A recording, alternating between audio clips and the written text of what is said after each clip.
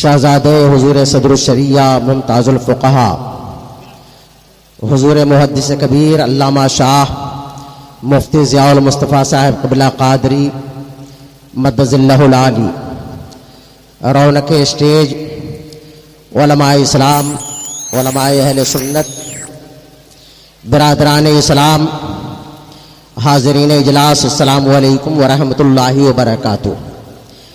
نحمدہ ونصلی علی رسولہ الکریم، اما بعد، فاعوذ باللہ من الشیطان الرجیم، بسم اللہ الرحمن الرحیم۔ ولا تلبسوا الحق بالباطل وتکتموا الحق وانتم تعلمون، صدق اللہ العظیم وبلغنا رسولہ النبی الامین الکریم۔ تمہاری شان میں جو کچھ کہوں اس کے سوا تم ہو، تمہاری شان میں جو کچھ کہوں اس کے سوا تم ہو، قسیم جامع عرفاں یہ شہ احمد رضا تم ہو، تم ہی پھیلا رہے ہو علم حق نافع عالم میں، امام اہل سنت نائب غوث الورا تم ہو۔ ایک مرتبہ درود شریف پڑھ لیں، اللہم صلی علی سیدنا و مولانا محمد معدن الجود والکرم وآلہ وبارک وسلم، صلاۃ و سلام علیک یا رسول اللہ۔ مجھے عنوان دیا گیا ہے رد صلح کلیت اور امام احمد رضا۔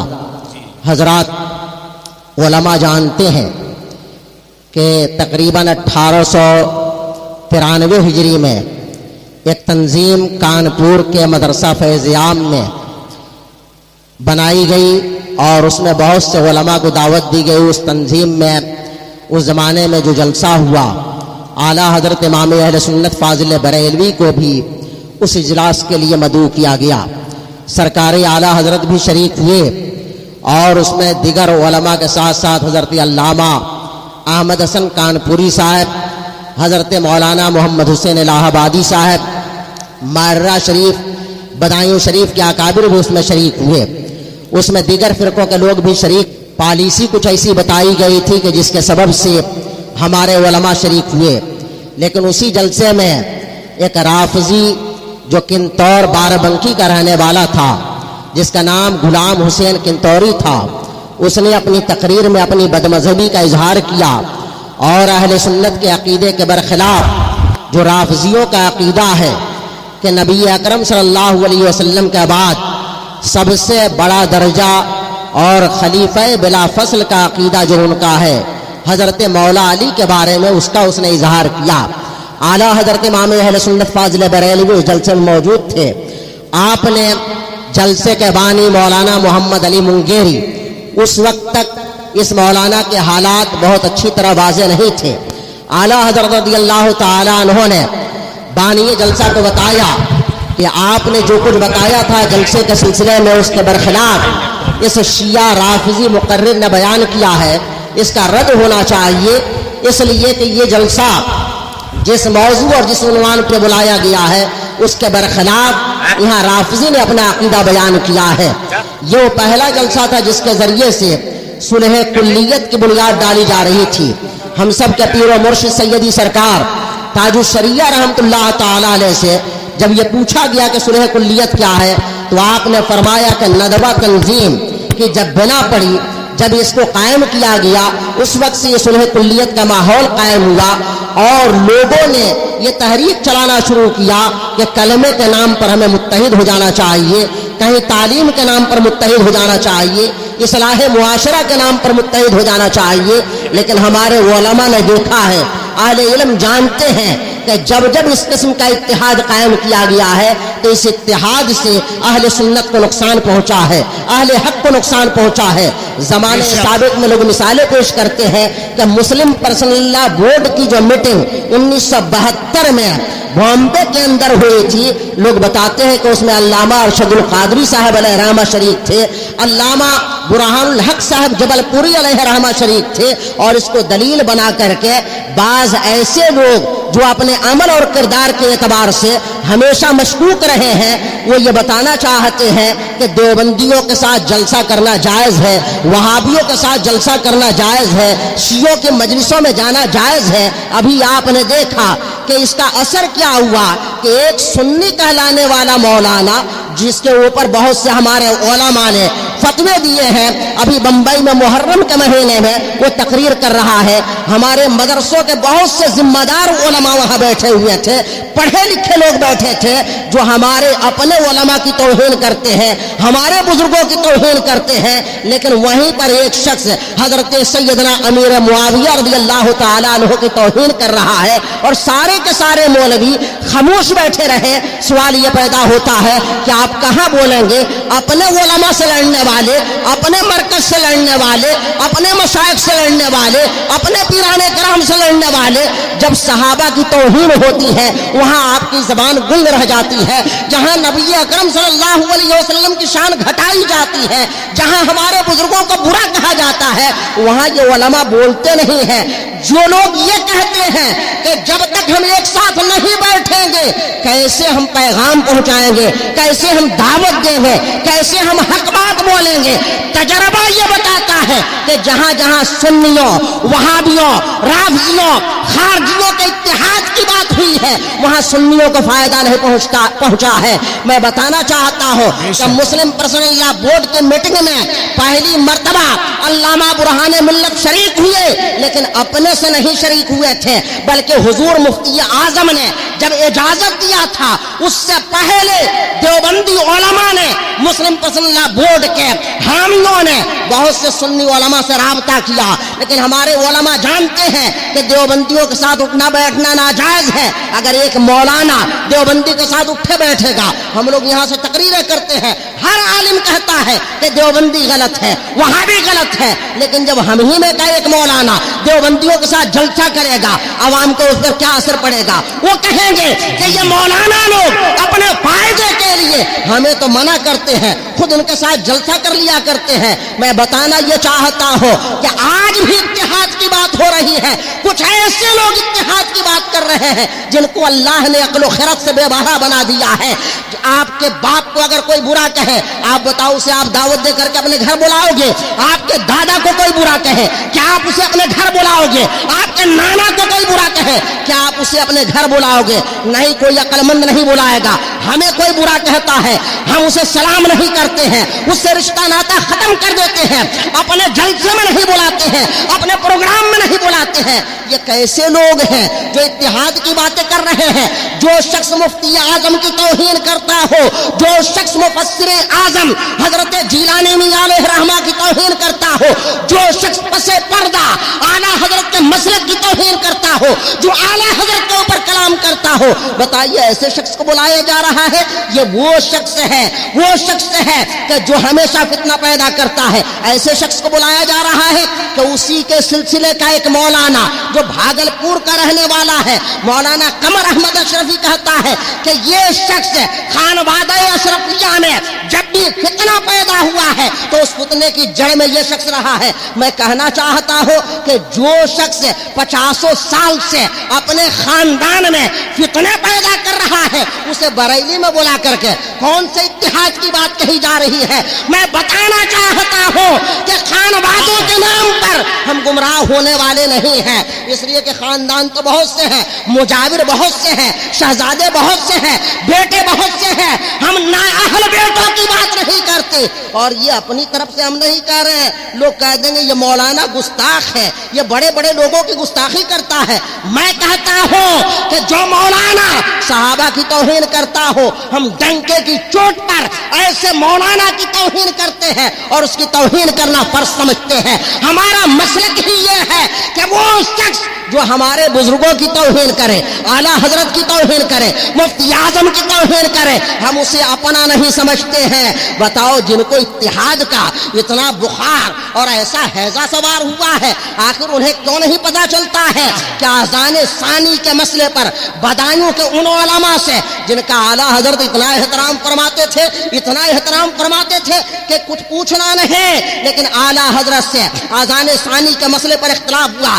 یہ مسئلہ عقیدے کا نہیں تھا, یہ مسئلہ اصولی نہیں تھا, یہ مسئلہ بنیادی نہیں تھا. اعلیٰ حضرت نے بھی کہیں نہیں لکھا کہ بدایوں کے لوگ دائرہ اسلام سے خارج ہیں یا اہل سنت سے خارج ہیں. اس کے باوجود میں پوچھنا چاہتا ہوں, حجت الاسلام کا تعلق نہ رہا، مفتی اعظم کا تعلق نہ رہا، مفسر اعظم کا تعلق نہ رہا، صدر الشریعہ کا تعلق نہ رہا، ملک العلماء کا تعلق نہ رہا، آخر بدایوں کو 100 سال تک کیوں چھوڑ کر کے رکھا گیا؟ کیا یہ ہمارے تمام بزرگ نہیں جانتے تھے؟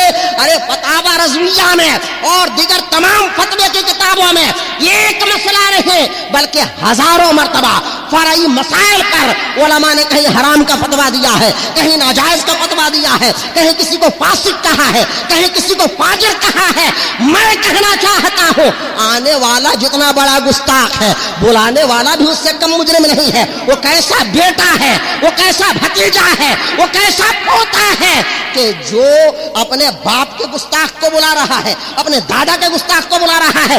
سنو، جب ہم اجمیر کے مجاوروں کی پرواہ نہیں کرتے، کہ چھوچا کے مجاوروں کی پرواہ نہیں کرتے، جب ہم سیدی کے نام پر دھوکے میں نہیں پڑتے تو خاندان رضا کے نام پر بھی ہم دھوکے میں پڑنے والے نہیں ہیں۔ چاہے کوئی خاندان رضا کا ہو یا کہیں اور کا ہو، اگر وہ مفتی اعظم کے نظریے کے خلاف ہے، اعلیٰ حضرت کے مسلک کے خلاف ہے، تو یاد رکھو ہم ایسے شہزادوں کی پرواہ نہیں کرتے ہیں، ہم ایسے لوگوں کی پرواہ نہیں کرتے ہیں۔ ہمارا مسلکی اعلیٰ حضرت ہے، ہمارے مسلک کا نام، ہمارے نظریے کا نام اعلیٰ حضرت ہے۔ جو اعلیٰ حضرت کے طریقے سے ہٹا ہوا ہے، جو مفتی اعظم کے طریقے سے ہٹا ہوا ہے، ہم ایسے لوگوں کو شہزادہ نہیں مانتے ہیں۔ آپ دیکھ رہے ہیں شہزادگی کے نام پر کیسے کیسے گل کھلائے جا رہے ہیں، کیسے کیسے کارنامے انجام دیے جا رہے ہیں۔ جو لوگ اپنے بھائیوں سے اتحاد نہیں قائم کر پا رہے ہیں، اپنے گھر والوں سے اتحاد نہیں بنا پا رہے ہیں، اپنے بھتیجوں سے اتحاد نہیں قائم کر پا رہے ہیں، وہ دوسرے لوگوں کو دعوت دے رہے ہیں کہ ہم اتحاد کرنا چاہتے ہیں۔ پہلے اپنے گھر میں تو اتحاد کر لو، اپنے باپ سے اتحاد کر لو۔ جس کا اپنے دادا کے مسلک سے اتحاد نہیں ہے وہ کسی اور سے اتحاد کیا کرے گا؟ یاد رکھو اعلیٰ حضرت کے نام پر ہم نے اعلیٰ حضرت کے جانشین حجت الاسلام کو اپنا رہنما مانا ہے، اعلیٰ حضرت کے جانشین مفتی اعظم کو اپنا رہنما مانا ہے، اعلیٰ حضرت کے جانشین جیلانی میاں علیہ رحمہ کو اپنا رہنما مانا ہے، اعلیٰ حضرت کے سچے وارث و امین حضور تاج الشریعہ کو اپنا قائد مانا ہے۔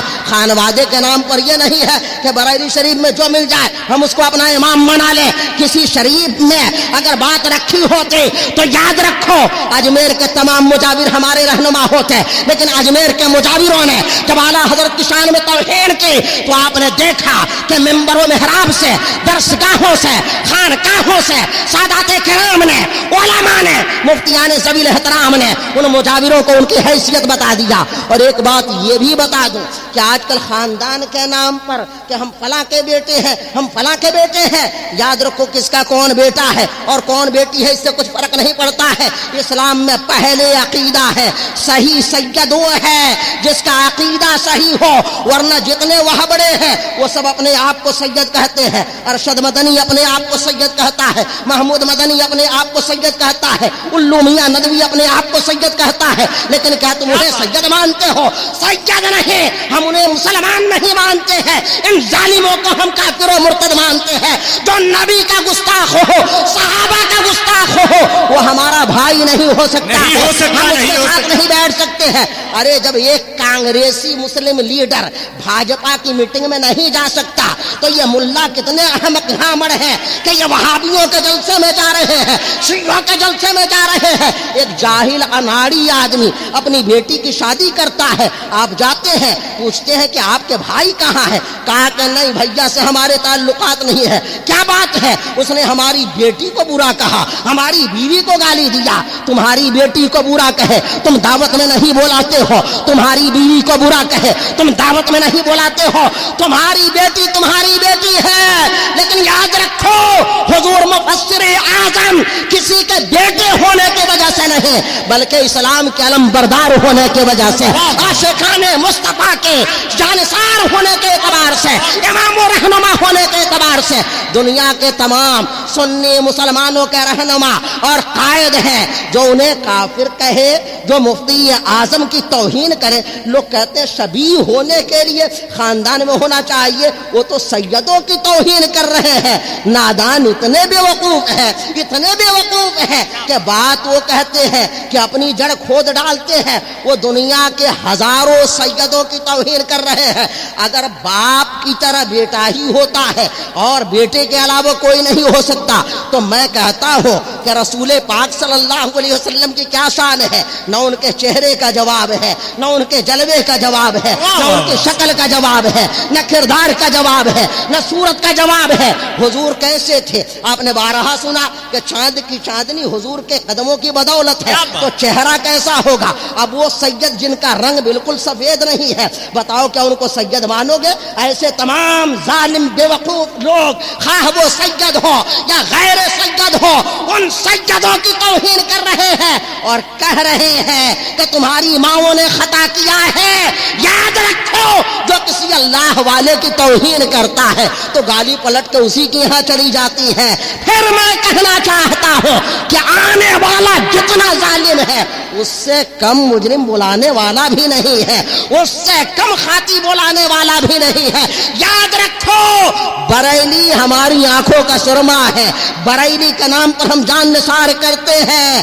آج سے کئی مہینے پہلے سوشل میڈیا پہ ایک بحث چلی، آئے دن لوگوں کو ہیضہ ہوا کرتا ہے اتحاد کرنے کا. مدرسے کے مولوی کو اپنے پرنسپل سے اتحاد نہیں ہے، ناظم اعلیٰ سے اتحاد نہیں، مرید کو پیر سے اتحاد نہیں، لیکن پوری دنیا کے اتحاد کا وہ ٹھیکہ لیے ہوئے ہیں. یہ بریلی میں جو بھیڑ جمع ہوتی ہے، دیوانوں کا جو ازدحام ہوتا ہے، لوگوں کے ہوش اڑے ہوئے ہیں کہ 100 سال پہلے مولانا احمد رضا آئے، اتنی بھیڑ ہمارے باپ دادا نہ جمع کر پائے، ہم سارے کے سارے مل کے یہ بھیڑ نہیں جمع کر پاتے ہیں. اعلیٰ حضرت کے نام پہ اتنی بھیڑ کیوں ہو رہی ہے؟ اسی زمانے میں کچھ لوگوں کو بیماری تھی کہ اعلیٰ حضرت کو قبول نہ کریں گے، کہا کہ اچھا چلو مجبوری ہے، اعلیٰ حضرت کو مان لیتے ہیں، اس کے بعد تو ہمارا ہی رہے گا. لیکن جب حضور حجت الاسلام کا زمانہ آیا، ان کے ہاتھوں سے ان کے سارے بنائے ہوئے خواب نکل گئے اور انہوں نے دیکھا کہ حجت اسلام کا جلوہ بھی ویسے ہی برقرار ہے. مفتی اعظم کا زمانہ آیا، لوگوں نے کہا کہ اچھا چلو کسی طرح ان کو جھیل لو، ان کے بعد تو لوگ ہم ہی سے مرید ہوں گے. لیکن لوگوں نے دیکھا کہ جہاں مفتی اعظم گئے سب کی چھٹی ہو گئی، یہ ایک بار گئے شہر کا شہر دیوانہ ہو گیا. اب لوگوں نے سوچا کہ اچھا چلو ان کو بھی کسی طرح برداشت کرو. علامہ اختر رضا خان ازہری وہ تو یہ سب نہیں کریں گے، لیکن دنیا نے دیکھا، اہل علم نے دیکھا، اہل ہوش و حواس نے دیکھا کہ تاج الشریعہ کا زمانہ آیا. تو عجیب زمانہ تھا. مفتی اعظم امریکہ نہیں گئے، مفتی اعظم ترکیہ نہیں گئے، اعلیٰ حضرت افغانستان، اعلیٰ حضرت دوسرے ملکوں میں نہیں گئے، انڈیا میں رہے. لیکن تاج الشریعہ پیدا بریلی میں ہو رہے ہیں، تعلیم بریلی میں حاصل کر رہے ہیں. کچھ دنوں کے لیے مصر جا رہے ہیں، لیکن جب لوٹ کے آتے ہیں تو ان کے نانا سرکار مفتی اعظم ان کا استقبال فرماتے ہیں اور دنیا والوں کو بتا دیتے ہیں کہ بریلی کے نام پر دھوکہ نہ کھانا. مفتی اعظم مولانا مصطفیٰ رضا جس کا احترام کر رہے ہیں اس کا احترام تمہارے اوپر بھی لازم ہے. جس کے استقبال کے لیے ریلوے اسٹیشن مفتی اعظم جا رہے ہیں، گویا کہ بتا رہے ہیں کہ امام احمد رضا کا اگر کوئی سچا جانشین ہے اس دور میں تو تاج الشریعہ ہے. اب لوگوں کہ تاج الشریعہ چلے جائیں گے تو اب ان کے بعد کیا ہوگا؟ حضور اسچدنیا کہاں یہ سب کریں گے؟ وہ کہاں جائیں گے؟ وہ تو پوچھتے بھی نہیں ہے. ان کو پیری مریدی سے اور مریدوں سے کوئی لینا دینا نہیں ہے. کسی کو تھا کہ ہم ان کے بعد ہیں، کسی کو تھا کہ ہم ان کے بعد ہیں، کسی کو تھا کہ ہم ان کے بعد ہیں. لوگوں نے تانے بانے بچھا دیے، لیکن دیکھا کہ بریلی کا شہزادہ جیسے نمودار ہوتا ہے ایسا لگتا ہے کہ آسمان پہ رات اندھیری ہے، اچانک 14ویں کا چاند نکل آیا ہو. حضور اسچدنیا میدان میں آتے ہیں، زمانہ ان کے گرویدہ ہو جا رہا ہے.